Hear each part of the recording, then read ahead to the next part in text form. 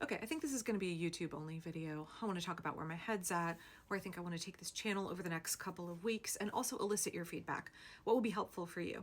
Because ultimately, I want to use my platform to help our movement, to help us build those muscles that we are going to have to flex in earnest. And I want to make sure that I am using this space as responsibly as possible. So I thought this would be a good chance to talk pretty openly about how it is that I pick different content to cover and whether or not I need to make changes. So here's how that process usually goes for me. I spend a little bit of time in the wee hours of the morning, usually between 1 and 3 a.m., and then often again first thing in the morning when I get up on both Instagram and Blue Sky, and also looking through my alerts, my Google alerts on my phone for different news topics. And then I'm continuing to check all of those throughout the course of the day intermittently. Those are kind of my three main sources. Trusted publications that I really like: Mother Jones, The New Republic, BBC, The Guardian, local newspaper like the Portland Mercury and Willamette Week and the Oregonian and OPB. And also, of course, in terms of national publications, I'm also reading Democracy Now! And a bunch of others. And sometimes I sprinkle in things like the Daily Beast or Huffington Post, which I understand the different tiers, but I want to get a variety of sources, a variety of largely credible sources. And I try really hard to have a minimum of 2, preferably 3 sources for every story that I'm covering. But what ends up happening is that I have a document and I put all my thoughts in that document, links to stories and thoughts on hey, this might be a good video subject, or hey, this ties into something I read about 3 days ago or 4 months ago. This ties into this open tab 27 tabs down, and I think that there's a connection here and I want to talk about it. And I realize that I waste an awful lot of time every day because I typically have between 40 and 60 topics that I should be talking about, and on a really good day I can cover 8. It's usually more like 4 to 5. And so I rarely get to everything I want to cover. And that means I was actually having this conversation with my friend, another organizer, Marcia, last night. How do you decide what news stories to read about? How do you decide what to lean into? How do you decide what to cover? Because there's so much, especially for individuals who are trying to decide what news do they consume while creating healthy boundaries. You can spend your entire day watching videos, scrolling Instagram, and reading news stories, reading people's Substack posts. And I say that as somebody who makes my living making videos and putting them on social media platforms and making Substack posts. I think we have to be careful with that because it's not good for us emotionally and psychologically, but also we can fritter away a ton of time in not only just being a consumer above all else, right? We want to take action. We don't want to be passively consuming news stories. We want to take action, disrupt the system, and effectively grind the regime to a halt, and then institute the future, the kind of stable government that we need and deserve. So if we're spending all of our time essentially engaging in bread and circuses, there is a point at which consumption of news stories does become circuses. It does become something that keeps you occupied. And then that's compounded by online discourse, fights in the comments. And I know I said this a couple of days ago that 51% of engagement online is now bots. So if you're arguing with somebody in the comments, odds actually are that you're arguing with a bot. If you are being sucked in, it's not just in the comment section, it can happen in live chats too, right? Bots are quite sophisticated. And so we want to be really careful that we protect our energy because we need to conserve that energy to use it for good.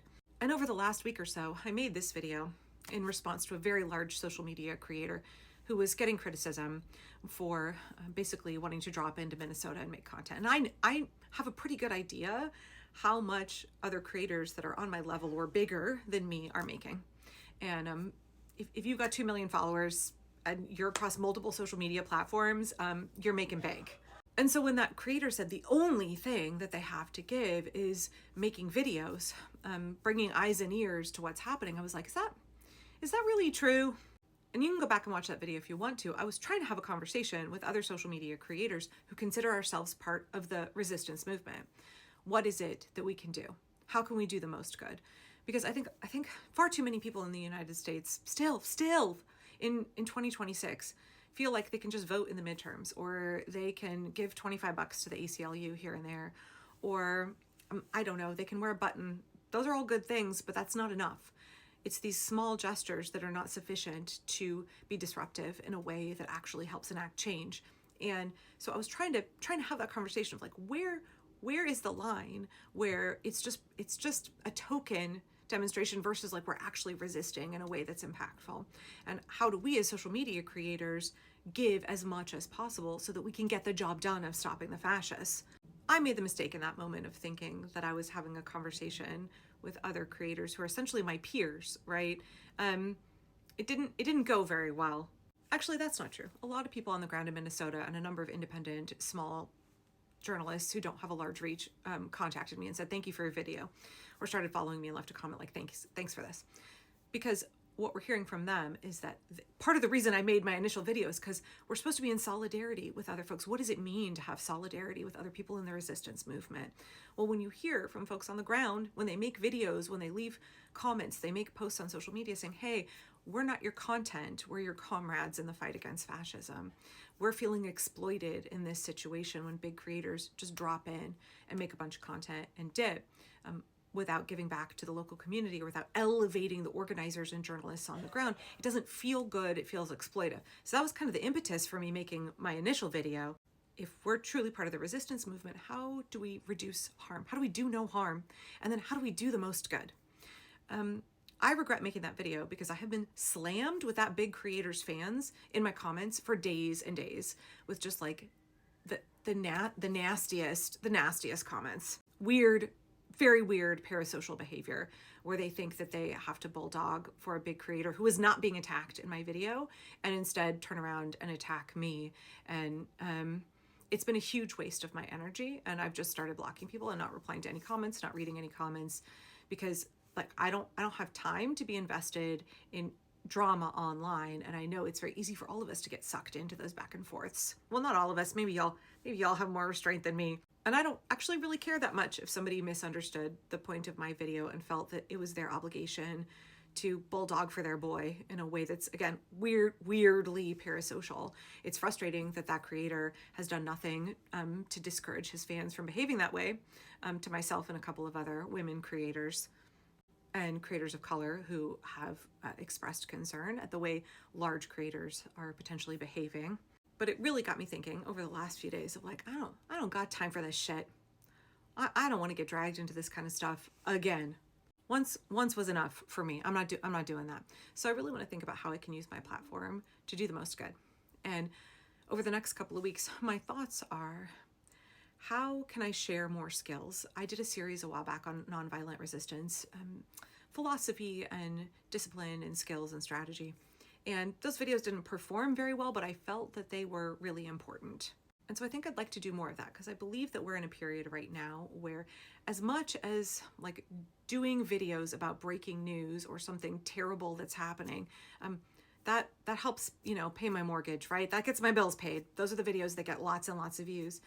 And I try to always include something that is a way that we can take action, a way that we can be mobilized to respond in a way that helps us, right, and pushes back against the regime. I try not to just share terrible news and there's no action item at the end of it. But I think for the next couple of weeks, I'm going to try and be more restrained in what I cover. I don't give a shit about interacting with other big social media creators, especially I don't have time for their drama.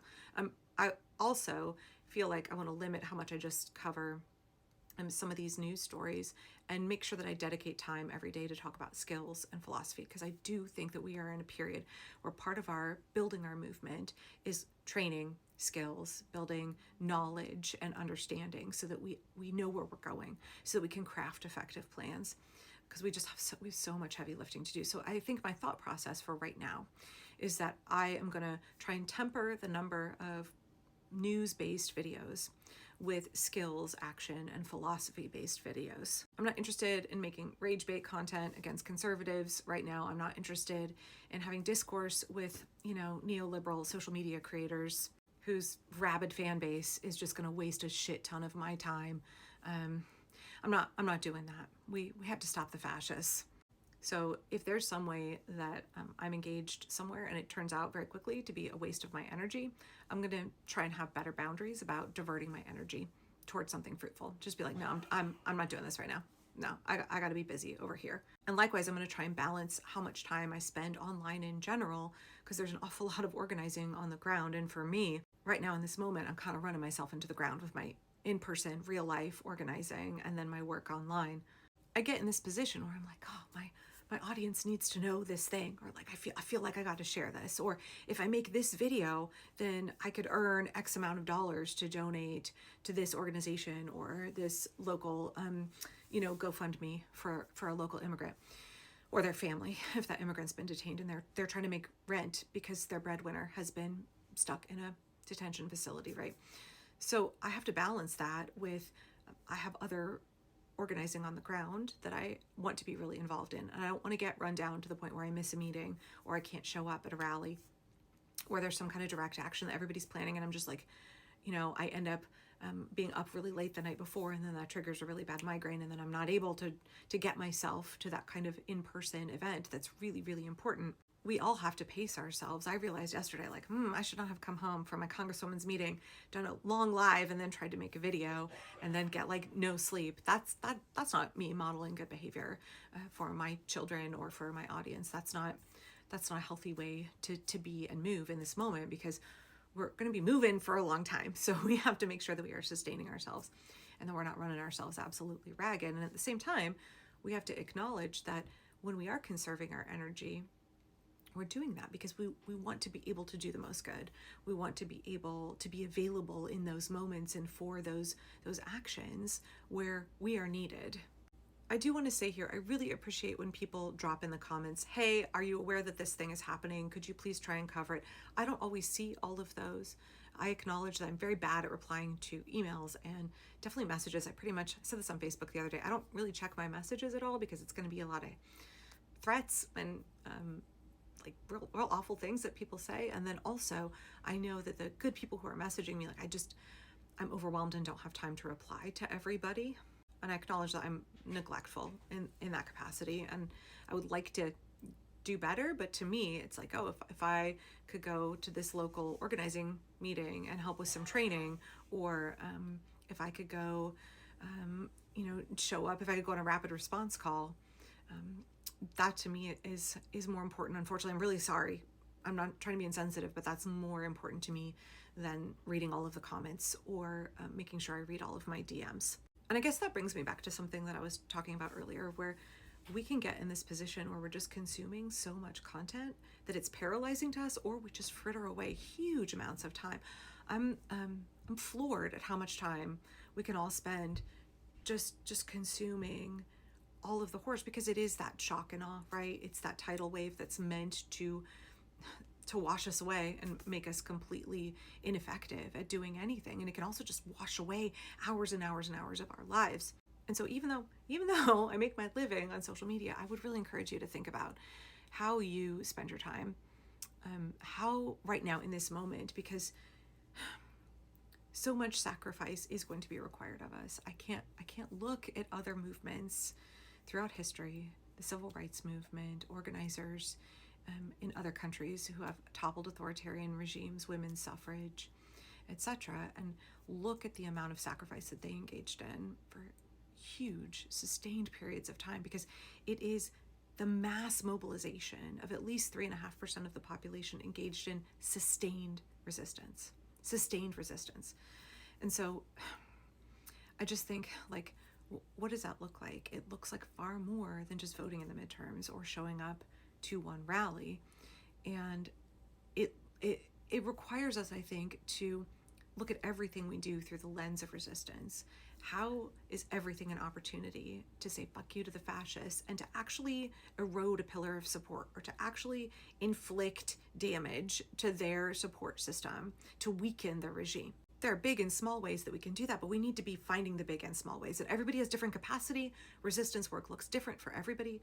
We are really diverse people with diverse levels of education, diverse areas of expertise, diverse incomes, diverse physical limitations and capabilities.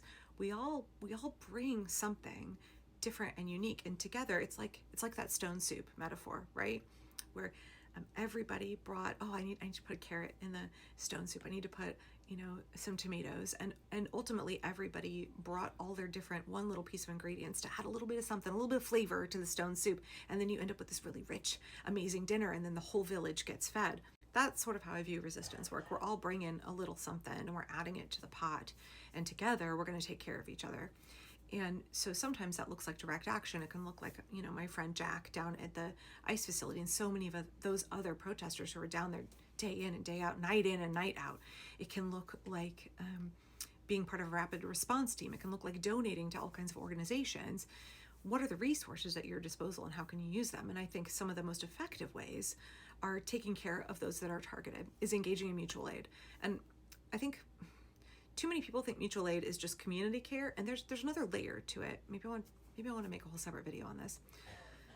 Mutual aid is not just caring for people in your community, it's doing it in a way that disrupts the goals and ends of the regime.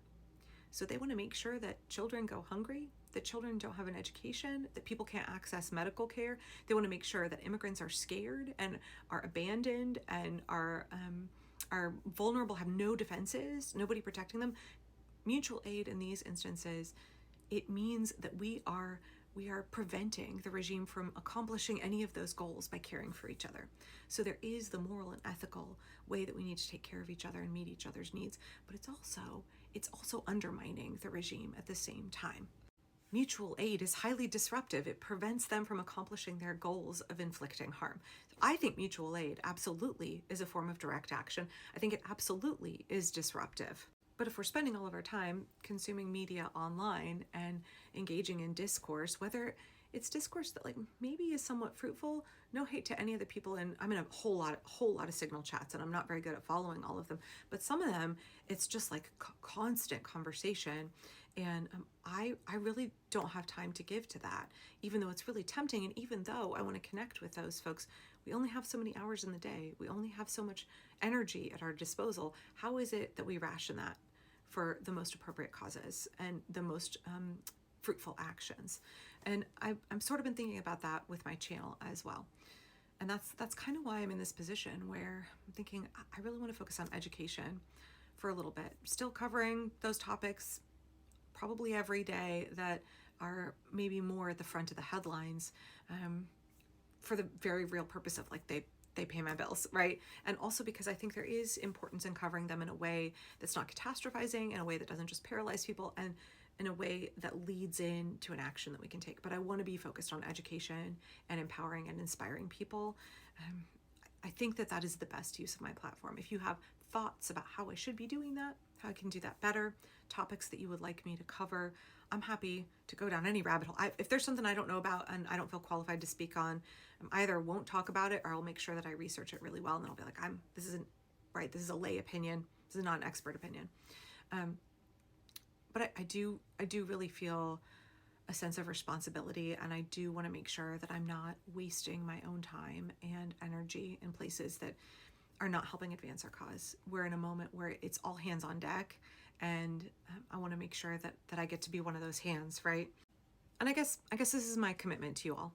In terms of utilizing this platform, I want to be as responsible as I can. I don't want to be sucked into internet discourse. I want to use my energy in a way that is helpful. This is a people power movement. So if I'm not empowering people with my platform, then I need to make some changes. And I hope that my content is empowering. I hope that it's helpful. I hope it's educational and informative. But I neither want to lull people into a false sense of complacency and be like, everything's good. I don't want to be all hopium and no action. I want people to feel the urgency of the moment and then to realize that they have the power to make a difference and to enact change. And then I don't want to just say, do something, and then not provide you with actionable steps, help build skills and understanding and provide context, and then prompt people, empower people to go and take action, because it's all of us together that are going to get this job done. And we're each going to be doing different things because we're different people with different resources and different capabilities and different experience. So I want to use those resources at my disposal as responsibly as possible. Would love your feedback, welcoming feedback.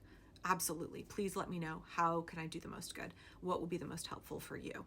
Yeah, I guess that's sort of where I am right now. So let me know what you think. Thanks.